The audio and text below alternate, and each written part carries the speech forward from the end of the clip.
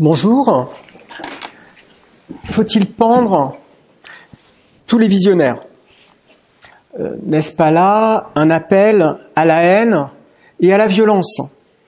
Ce n'est certainement pas comme cela qu'il faut interpréter la proposition que vous venez de nous faire. Ce serait de toute façon tout à fait illégal. Il faut donc y entendre du second degré, et n'oublions pas que désormais, en matière de liberté d'expression, il faut se voir délivrer des brevets de second degré. Et donc, délivrons-le, y compris au procureur Bruno que nous venons d'entendre. Je me permets de prendre ces précautions, certes oratoires, mais qui sont aujourd'hui, semble-t-il, nécessaires. Et comme on vient de nous parler de mon nouveau visionnaire qui serait ceux de demain, anticipons-les au cas où notre liberté d'expression venait à être réduite. Mais que sont donc les visionnaires dont on nous parle ? Le terme est positif, visionnaire. Il rime avec débonnaire. Donc pourquoi faudrait-il les pendre ? Alors, sont visionnaires ceux qui voient autrement que la norme. Mais nous voyons tous les choses différemment les uns des autres. Il faudrait donc tous nous pendre. Ce n'est donc pas comme cela qu'il faut comprendre la proposition. Je ne fais pas partie, je ne suis pas favorable au suicide collectif, et surtout s'il a un impact sur ma personne. Ou alors, il faudrait, ces visionnaires, ce seraient des happy few distingués. Et d'ailleurs, on a entendu parler d'un petit nombre de. Donc, non seulement ils verraient différemment, mais ce seraient seulement certains d'entre eux. S'il s'agit de ceux du passé, Giordano Bruno, il a été brûlé. Galilée, il y a échappé. Soit ils ont déjà été pendus, et donc il n'y a rien à faire. Soit il faut changer l'histoire, et effectivement, celui qui maîtrise le passé maîtrise le futur, celui qui maîtrise le présent maîtrise le passé.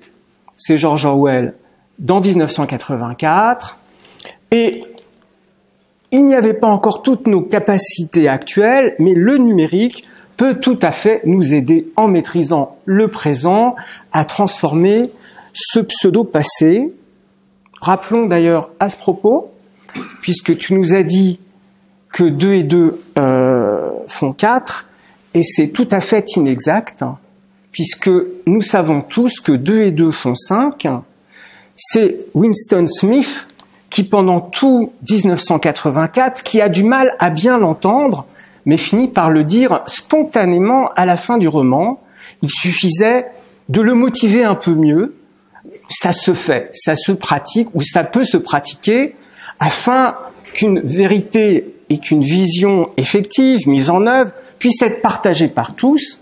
C'est tout aussi une façon de construire une connaissance objective.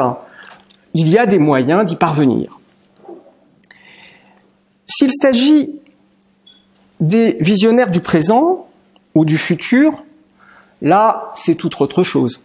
Je suis contre la peine de mort et je m'y opposerai quelle que soit sa forme.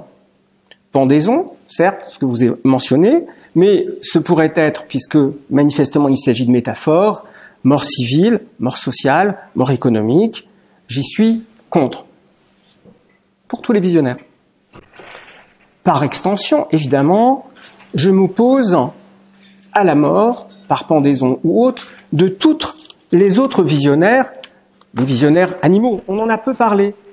Les chats, les chauves-souris, tous les nyctalopes qui voient effectivement autrement.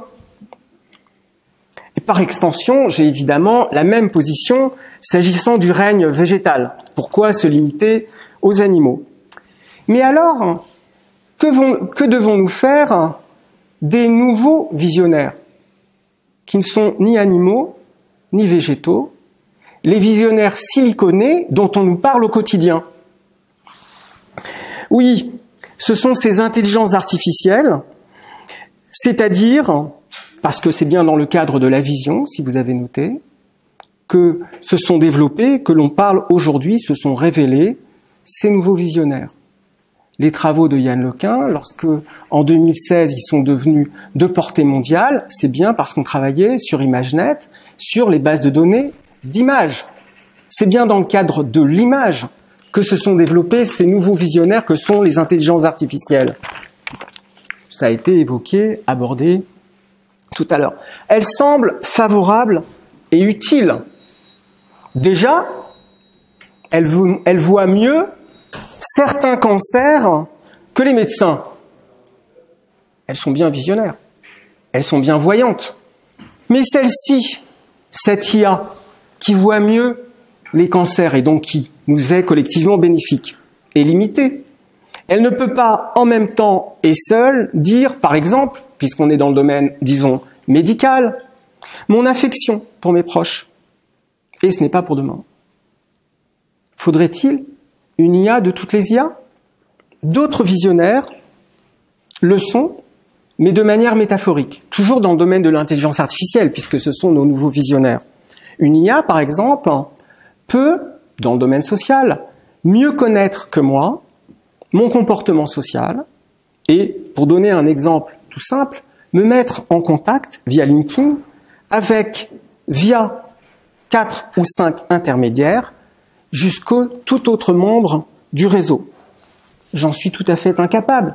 C'est bien cette IA qui va pouvoir me donner le chemin le plus court, me permettant d'aller accéder à n'importe quel tiers sur le réseau numérique.